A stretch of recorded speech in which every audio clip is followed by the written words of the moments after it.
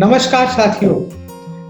भारत चीन संदर्भों के विषय में जारी इस श्रृंखला के अंतिम 9वें अंक में मैं आपका स्वागत करता हूं। मित्रों, आज जिस संबंधों के विषय में हम चर्चा करने जा रहे हैं वो निश्चित तौर पर बहुत महत्वपूर्ण विषय है।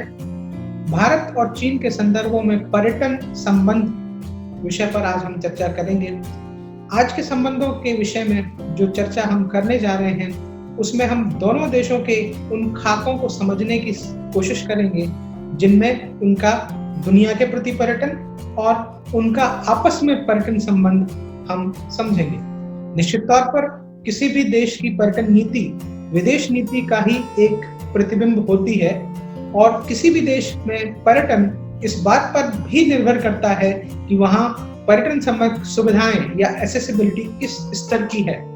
अंतर्राष्ट्रीय मानदंडों की अगर बात करें तो UNWTO के अनुसार पर्यटन या टूरिज्म एक इस तरह की यात्रा है जहां पर आवास को छोड़कर या मूल स्थान को छोड़कर व्यक्ति दूसरे स्थान के लिए 24 घंटे से अधिक की और कम से कम 1 वर्ष से कम या 6 महीने से कम बाद में जिसे परिभाषा के द्वारा चेंज किया गया की यात्रा करता है।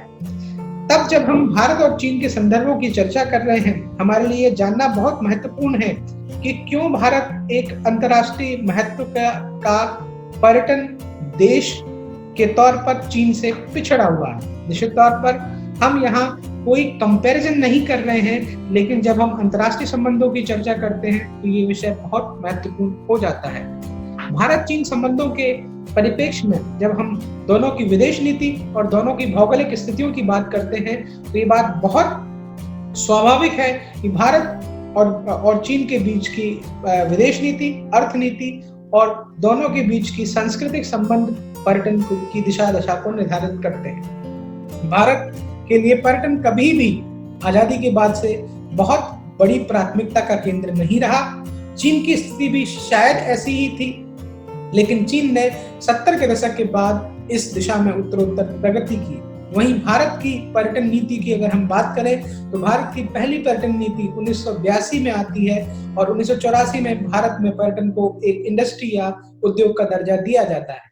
इस परिप्रेक्ष्य में हमारे पास की स्थिति जो अवलंबित होती है उसका कारण शायद ये भी था क्योंकि भारत ने कालक्रम में या कालांतर में 40, 50, 60 और 70 के दशक तक बहुत सारे युद्धों को देखा, जिसमें भारत चीन के युद्ध और भारत और पाकिस्तान का सीमा विवाद और युद्ध प्रासंगिक हैं।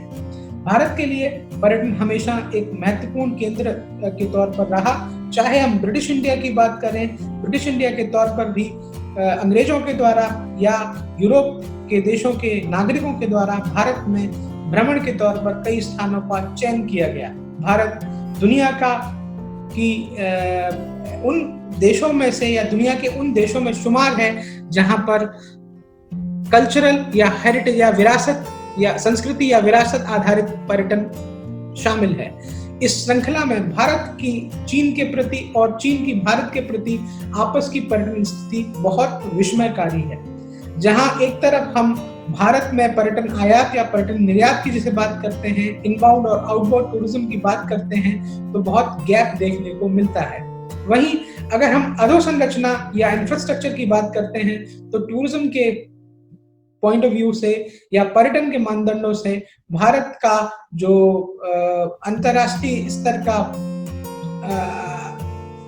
इंफ्रास्ट्रक्चर है वो शायद चीन के मानदंडों से कहीं कमतर नहीं है, लेकिन चीन की जो आक्रामक प्रमोशन पॉलिसीज हैं या चीन के संसाधन का जो विकास बाद में 70, 80 और 90 के दशक में जो किया गया और खासकर 2008 में चीन के द्वारा अंतर्राष्ट्रीय मंच पर एक बड़ा आयोजन जिसे हम ओलंपिक खेलों की बात करते हैं का आयोजन करना दुनिया के चीन के साथ पर्यटन के मानदंडों में बहुत कुछ स्थिति को परिवर्तित करता है।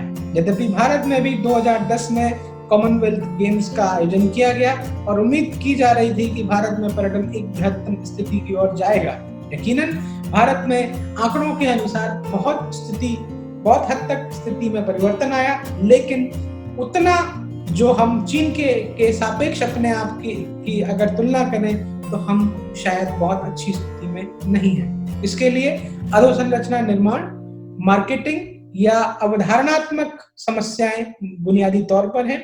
इसके अलावा पर्यटन संबंधित विषयों में टेररिज्म एक बहुत बड़ी सेंट्रिक समस्या के तौर पर सामने आया है, जिसकी वजह से बहुत हद तक अंतर्राष्ट्रीय मानकों पर या फॉरेन एडवाइजरीज की वजह से गाहे बगाहे जो दक्षिण एशिया में तनाव की स्थितियों का जो कारण रहा, उसकी वजह से अंतर्राष्ट्रीय पर्यटन और भारत की अंतर्राष्ट्रीय पर्यटन पर प्रतिकूल असर पड़ा।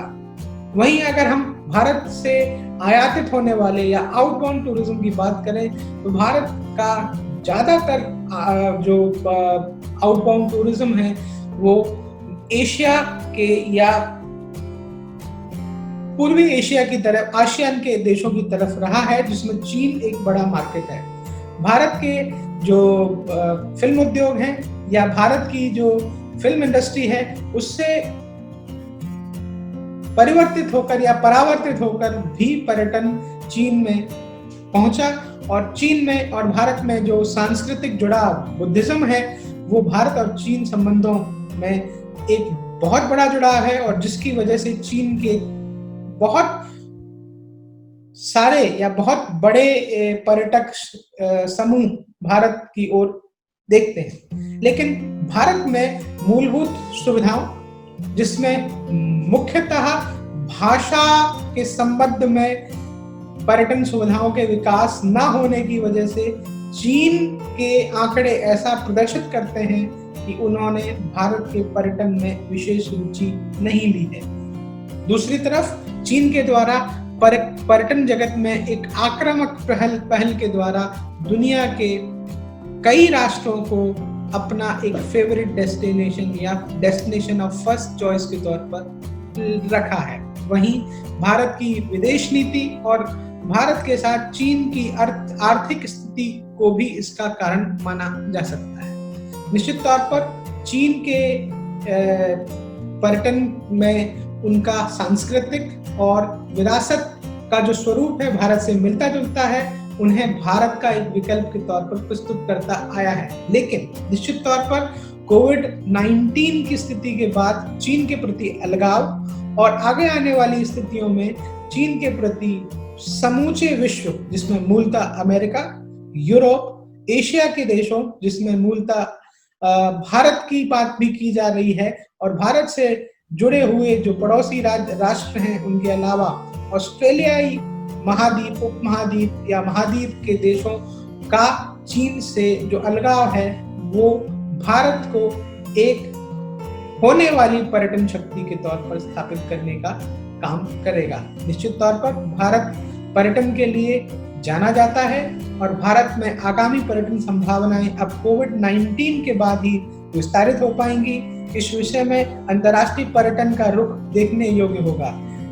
ऐसा होगा कि या हो सकता है कि प्रासंगिकता एक अलग तदर्थ है, लेकिन निश्चित तौर पर भारत में आगामी पर्यटन की संभावनाएं चीन के विकल्प के तौर पर देखी जा सकती हैं। लेकिन इसके लिए हमें प्रमोशन, अपने संरचनात्मक सहयोग और संगठनात्मक सहयोग को बढ़ाना होगा और पर्यटन जगत में चूंकि पिछले समय जब से हम कोविड-19 से अफेक्टेड हैं, भारत में पर्यटन की दिशा बहुत आकर्षक नहीं रही है। लेकिन अवसाद के बाद ही आते हैं और अवसाद की स्थिति शायद जाने के बाद भारत पर्यटन पराक्रम में आगे बढ़ेगा, ऐसी हमारी सोच है और शुभकामनाएं हैं। निश्चित तौर पर यह 9 अंकों की जो श्रृंखला है, ये भारत चीन संबंधों पर एक प्रगाढ़ राय बनाने के लिए सक्षम होती है। निश्चित तौर पर ये एक अभिनव प्रयास हमारे द्वारा किया गया था, जिसमें हम कितना सफल हो पाए हैं ये आपका सहयोग ही बता सकता है। इन्हीं शुभकामनाओं के साथ कि भारत अंतर्राष्ट्रीय मंचों पर पर्यटन मानदंडों में अच्छे स्टैटिस्टिक्स के साथ, अच्छे आंकड़ों के साथ आगे आ पाएगा। भारत की पर्यटन नीति, अर्थनीति और भारत की विदेश नीति दुनिया को आकर्षित करेगी। हम भारत के अग्रिम पर्यटन की शुभकामनाओं के साथ आपसे विदा लेते हैं और आगे आने वाले समय में कुछ नई श्रृंखलाओं के साथ, नॉलेज बेस्ड सोशल रिस्पॉन्सिबिलिटी के साथ आपसे फिर से मिलेंगे। तब तक के लिए नमस्कार, धन्यवाद।